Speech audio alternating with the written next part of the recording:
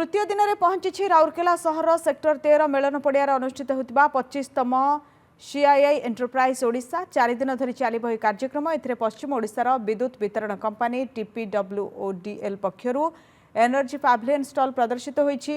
Energy पाविलियन ओडिशार शक्ति क्षेत्रर समस्त प्रमुख संस्था मानकु एक साधारण मंचरे आनी ठिया करिछि। एनर्जी पाविलियन माध्यम टीपीडब्ल्यूओडीएल पश्चिम ओडिशा रे निर्भरयोग्य विद्युत जोगाण व्यवस्था को सुनिश्चित करी शिल्प विकास और निवेश सहज परिवेश सृष्टि करी प्रतिबद्धता को सूचाई। एठारे टीपीडब्ल्यूओडीएल विद्युत उपभोक्ता मानकु दिया जाउथबा विभिन्न सुविधा सुजोग संपर्क में अवगत करा जाइछि। पीएम सूर्यघर विद्युत योजना रे मिलुथिबा रिहाती संपर्क में अवगत करा जाइछि। एही पाविलियन माध्यम शक्ति क्षेत्रर उन्नति नूतन पदक्षेप और सहयोगमूलक प्रयास को प्रदर्शित करा जाइछि।